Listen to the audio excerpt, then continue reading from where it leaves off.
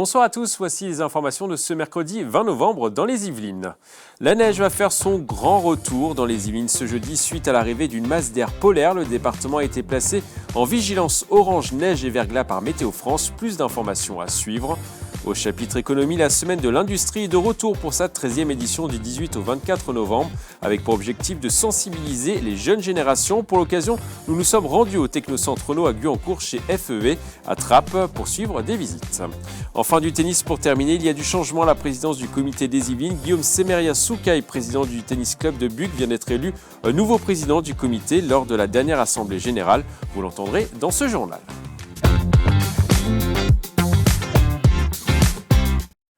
Je vous le disais dans les titres, la neige va faire son grand retour dans les Yvelines ce jeudi suite à l'arrivée d'une masse d'air polaire. Le département a été placé en vigilance orange neige et verglas par Météo France. Il fera 2 degrés dans la journée et la neige devrait tomber entre 10h et 16h. Selon certains scénarios, il devrait neiger entre 1 à 3 cm dans les Yvelines. Il est recommandé de faire attention pendant vos déplacements. Il sera également difficile de circuler sur les routes et il sera difficile aussi de prendre le train dans les Yvelines. La circulation sera perturbé ce jeudi 21 novembre en Ile-de-France suite à un mouvement social. Les prévisions du trafic sont connues. 2 trains sur 3 en moyenne pour le RER-C, les lignes J et U. 1 train sur 2 pour le RER-B et la ligne N. Le service sera quasi normal sur le RER-A, la ligne L et sur le T13. Il est fortement conseillé de se rendre sur les applications de transport avant de se rendre dans les gares.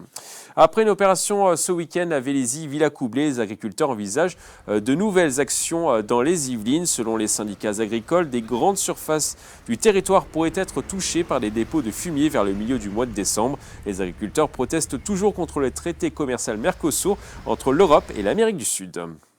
Nous vous en parlions hier. Le 106e Congrès des maires de France est ouvert ce mardi pour 3 jours. Un congrès surnommé Congrès de la colère par les édiles qui font de plus en plus face à des situations difficiles entre coupes budgétaires et hausse des violences à leur égard. Dans les Yvelines aussi, les maires souhaitent se faire entendre. C'est le cas de Michel Lebouc, maire de Magnanville. On l'écoute. Le mandat de maire en lui-même, j'ai tendance à dire que c'est un des plus beaux mandats, mais un des mandats les plus ingrats. Ingrat, pourquoi ? Parce que maintenant, tout le monde nous sollicite dès qu'il y a le moindre problème. On est l'échelon le plus facile à solliciter, où on est, comme je le dis vulgairement souvent, à portée d'engueulade des administrés, parce qu'en proximité, il y a que nous qui sommes là, voilà. Et donc, de plus en plus, il y a des difficultés. Moi, vous savez, je suis un maire où j'ai eu des gros événements sur ma commune, notamment les attentats, mais j'ai eu d'autres événements.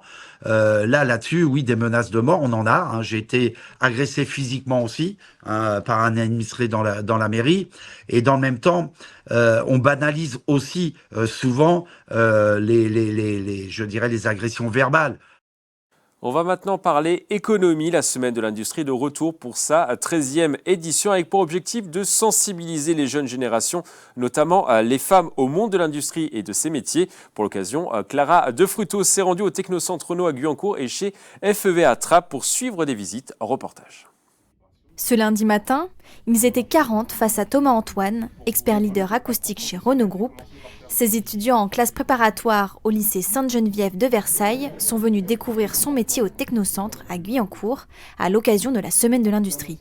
On a appris des choses sur le groupe Renault, sur chaque branche de l'entreprise et sur un domaine, l'acoustique, que je ne connaissais pas du tout. Le travail de bureau comme ça, j'en avais une assez mauvaise image avant et cette visite, pour le coup, ça a vraiment changé un peu ma vision des choses. C'est vrai que l'ingénieur, il était très spécialisé en acoustique et j'avais jamais pensé à ce domaine en particulier.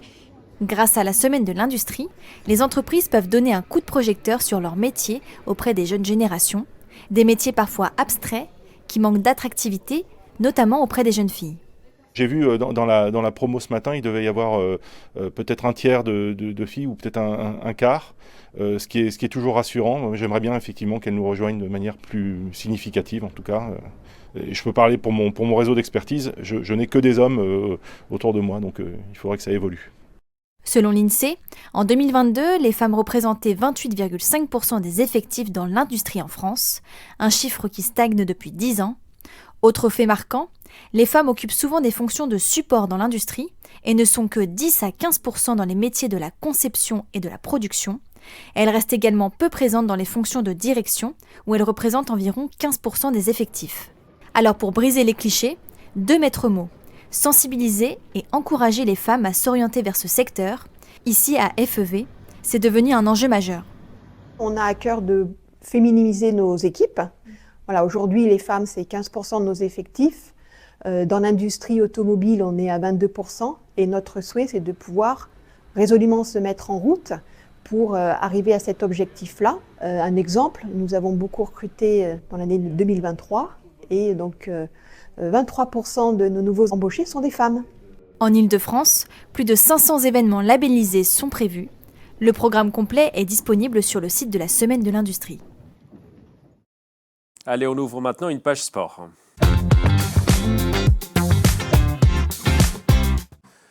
Un effet JO 2024 pour le cyclisme. La Fédération française vient d'annoncer une tendance à la hausse pour les licences, 21% de plus par rapport à l'année dernière. Dans le détail, on note une forte progression pour le BMX Race suite aux exploits des Français cet été au stadium de BMX de Saint-Quentin en Yvelines. Cette discipline connaît une progression de 33,8%, plus de 15% également pour le VTT cross-country et le cyclocross suite aux performances des Français sur la colline d'Elancourt. Le nombre de licences sur la route a progressé de 11%. Les chiffres définitifs seront communiqués dans les prochaines semaines. En tennis, il y a du changement à la présidence du comité des Yvelines. Guillaume Semeria Soukaï, président du tennis club de Buc, vient d'être élu nouveau président du comité lors de la dernière assemblée générale. Il a battu le président sortant Francis Éveillard. Guillaume Semeria Soukaï veut notamment développer le tennis santé, le tennis adapté et le tennis féminin.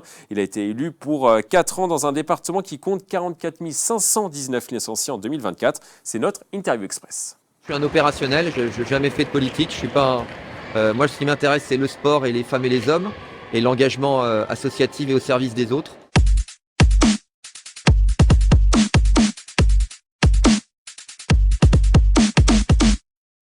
Je suis passionné de sport, de ressources humaines et d'engagement bénévole parce que c'est important quand on est acteur et citoyen dans sa collectivité, dans son environnement, c'est d'être, on va dire, moteur et d'avoir une activité engagée, associative. Donc j'ai été président d'école, j'ai été président de crèche, je suis président de club de tennis, du tennis club de Buc depuis 10 ans, et depuis 4 ans président de la commission emploi-formation à la Ligue Île-de-France, c'est-à-dire comment promouvoir, développer les métiers d'enseignants et d'enseignantes de tennis dans nos clubs.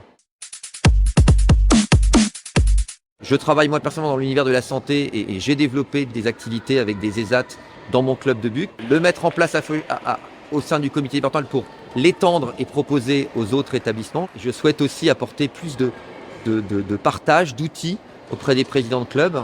Comment, d'une bonne pratique localement, on est capable de la déployer dans 10, 20, 30, 40 clubs. Bien conscient que ces clubs sont portés par des bénévoles, donc il faut leur faciliter, apporter de la modernité, leur apporter des fiches pratiques pour déployer ces bonnes pratiques. C'est un territoire important, les Yvelines, c'est le 3e département francilien, donc c'est un taille important. Pour vous dire, les Yvelines, c'est à peu près autant de licenciés ou de pratiquants que toute la Normandie. On est sur les mêmes ratios. Donc vous voyez par rapport, donc c'est un département qui peut peser par rapport à d'autres régions l'équivalent de 7, 8 départements dans nos régions. Donc c'est un très beau territoire, un très grand territoire. C'est un territoire assez disparate puisque vous avez plus de 50% de nos clubs ont moins de 250 licenciés. Donc c'est des petites entreprises associatives.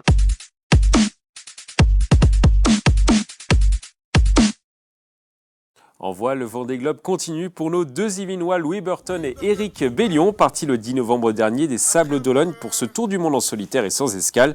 Ils sont actuellement au large de l'Afrique. Ils arrivent dans le secteur tant redouté du Poteau Noir, une zone avec des variations météorologiques.